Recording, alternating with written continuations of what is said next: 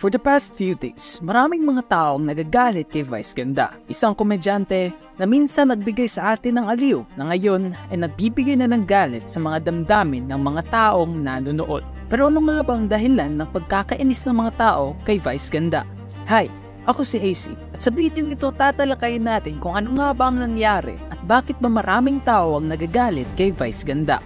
Si Jose Marie Viceral o mas kilala sa pangalan na Vice Ganda ay sumikat dahil sa husay niyang gumawa ng mga biro na kung saan nagresulta ng pagkakaaliw ng mga taong nanonood sa kanya. But little did he know na ang mga biro ding ito ang naging dahilan sa paunti-unting pagbago ng pagtingin sa kanya ng mga tao.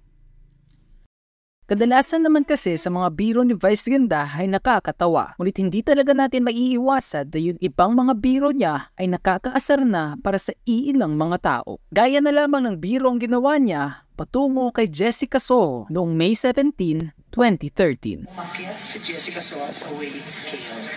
Pag-akyat ni Jessica Soho, tumunog ang weighing scale. One at a time. One at a time. Makikita natin na hindi lamang isa kundi maraming beses niya ginawang katatawanan ang pagiging plus-sized person ni Miss Jessica Soho, mocking her because of her weight. Ninakaw daw ng boyfriend yung panty ni Jessica. Tapos pinalabahan. Nung dinala sa laundry, ang chinikan, comfortable. Tawang-tawa ang mga audience sa mga birong sinabi ni Vice Ganda patungo kay Jessica na kahit si Vice ay hindi mapigilang tumawa sa sarili niyang biro. This is the only time I watched this video. This is very insensitive, horrendous way of joking. Miss Soho doesn't deserve this kind of joke. Body shaming all the way. He could have made fat jokes at the expense of his own family. Meron siyang mga kamag-anak na mataba. Instead, he chose a well-respected journalist to make fun of. And after 12 whole days, dito pa naisipan ni Vice Ganda gumawa ng apology video patungo kay Jessica Soho. Ngunit para bang gusto niya pa rin gawing biro ito dahil sa unang sentence pa lamang ng kanyang apology ay sinabi na niya agad na, okay, alam naman po natin yung mga issue, di ba? May mga malaking issue na lumalaganap ngayon. We can also see that he made a pause after he said, malaking issue na lumalaganap ngayon na para bang naghihintay siyang tumawa ang mga audience dahil sa birong ito. He then proceeds to say na, hindi ko naman po kinakailangan i-justify ang joke ko o bigyan ko ng magandang katwiran ang joke ko. Ang joke ay depende sa tao kung paano mo tatanggapin ang joke. So, sigurado ako na na-offend si Miss Jessica Soho at sinabi niyang na-offend siya. So sabi ko, tatanggapin ko yon na naka-offend ako ng tao. At kung naka-offend ka ng tao, tanggapin mo ang pagkakamali mo. Ako po talaga ay humihingi ng paumanhin. At kung hindi po magandang biro yon at nasaktan ko po kayo talaga, humihingi ako ng paumanhin, patawad po. At makikita naman natin sa mga dislikes ng video na ito na hindi ito nagustuhan ng mga tao. At hindi lamang ito ang mga jokes ni Vice Ganda na nakaka-offend na sa isang tao. Noong May of 2019, habang nagaganap ang segment ng Showtime na Kapareho, ginawa ng biro ni Vice si Kim tungkol sa kanyang past relationship. At hindi niya talaga tinigilan si Kim hanggat hindi ito napipikon. Gusto mo yung may bigote Gusto yung ko may bigote yung lalamunan. Hindi kasi minsan Makati yun, di ba? Alin? Makati, yung ano. Si Gerald ang kapal ng balahibo ngayon. Oh, hindi! Yung papa ko, may bigote din dito. Wala na kayo, papa pa rin ang tawag mo. Direko, alam nyo, ayoko na. At nung parang napipikon na si Kim, agad niyang pinatuloy ang show at nilipat ang atensyon mula kay Kim patungo sa isang contestant. At para malimutan nila ang mga biro na ginawa niya kay Kim, ginawa ni Vice ng katatawanan ang tigyawat ng isang contestant. Yung tigyawat mo hanggang hindi ko pati. Anong prutas to? Strawberry kiwi juice. Strawberry kiwi juice. Mukhang kasabay silang nahinog ng tigyawat mo. No?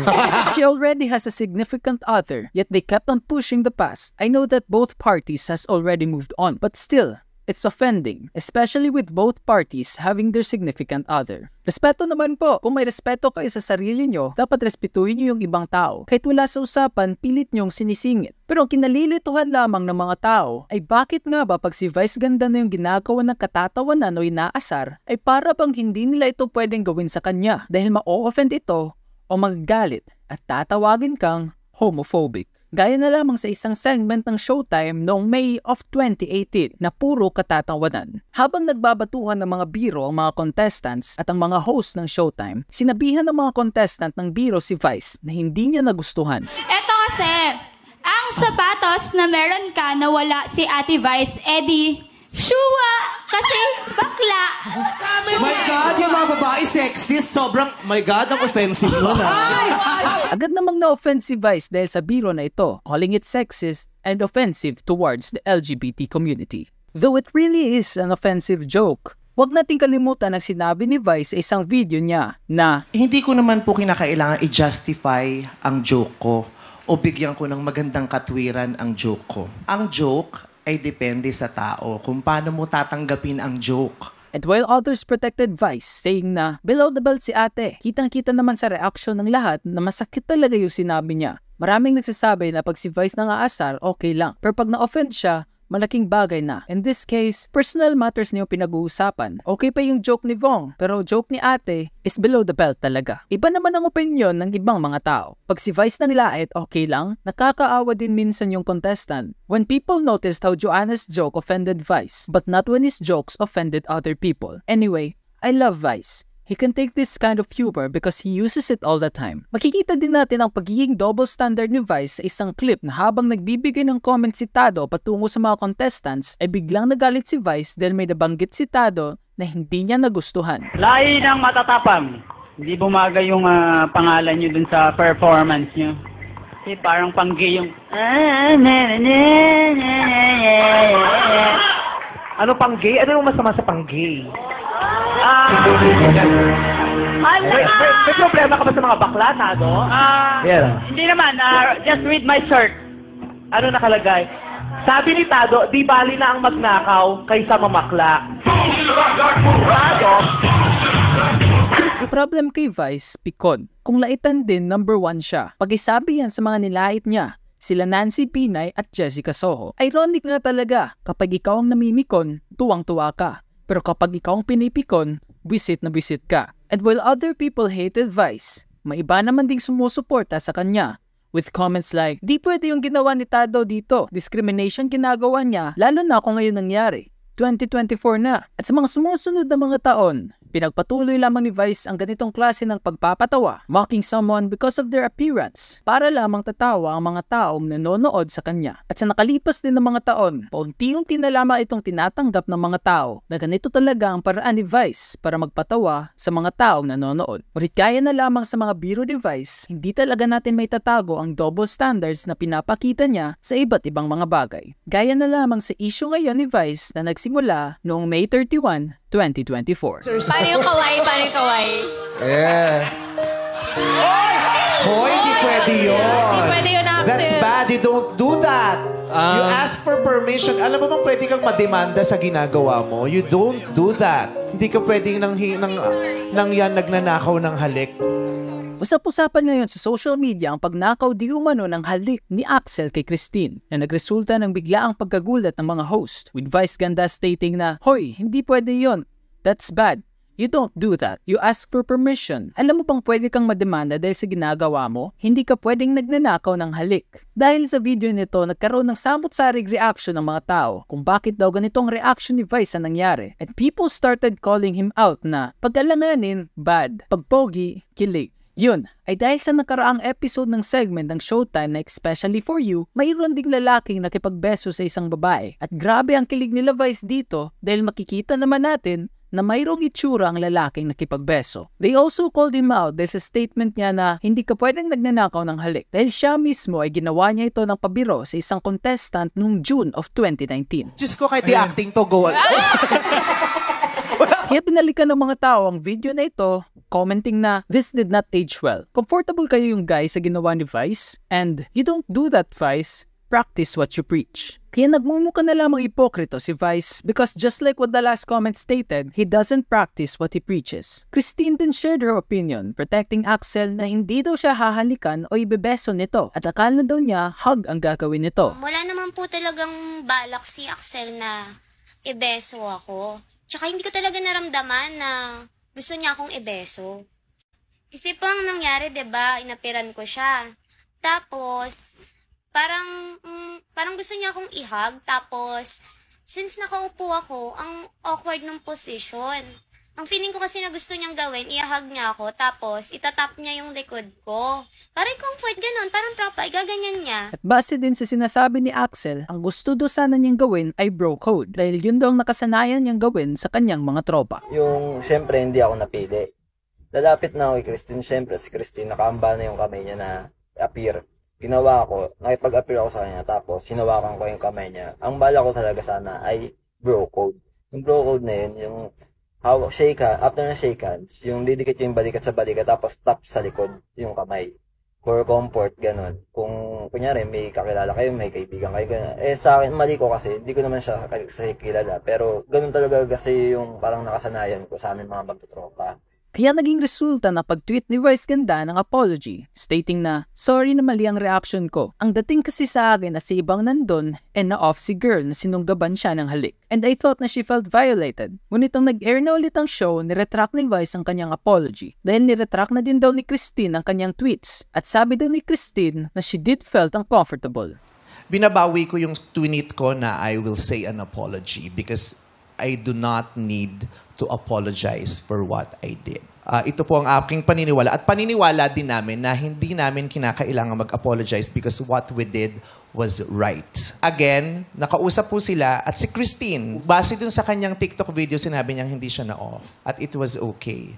Pero nung nakausap namin siya ulit, kahapon, nakausap siya ng staff at ng aming producers at ng psychologist, sinabi niyang talaga namang na-off siya. Talagang na-off siya at meron siyang naramdaman na hindi siya komportable sa ginawa ng searchy. Pero base sa mga dislikes ng video na ito, makikita nating hindi ito nagustuhan ng mga tao because they made it look like na sinungaling si Christine. Following all this, nag-upload ng video ang kapatid ng ex ni Christine ng video na umiiyak si Christine dahil wala daw naniniwala kay Christine at sinasabihan daw nila itong sinungaling. Kaya tinawagan daw ito ng staff ng Showtime para i-comfort. Yung statement, yung dalawang video na nirelease mo,